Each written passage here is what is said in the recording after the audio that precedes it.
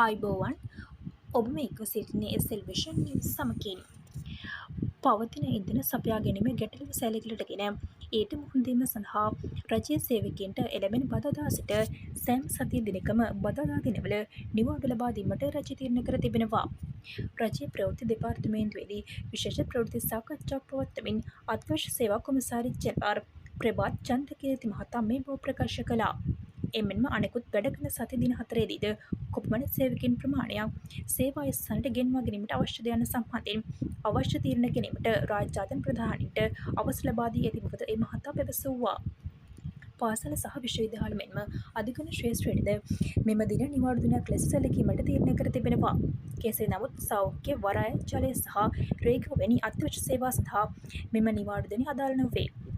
මේ අතර සියලු රාජ්‍ය උත්සව කටයුතු තාවකාලිකව නවතා දැමීමටද තීරණය කර තිබෙනවා.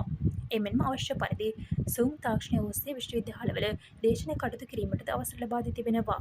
ඉන්ධන හිඟයක් රට තුළ නොමැති නමුත් QR ක්‍රමවේදයේ යම් ගැටලු තත්ත්වයක් පවතින බැවින් ඒ ඉතාමත් ඉක්මන විසඳා ගැනීමට කටයුතු කරන බවද ඒ මහතා ප්‍රකාශ කළා. තවද මේ වන විට රට තුළ මාසකට සරණ ඉන්ධන ප්‍රමාණය පවතින බැවින් ඉන්ධන නැව් 4ක් මෙරටට පැමිණ බවද ඒ මහතා වැඩිදුරටත් ප්‍රකාශ කළා.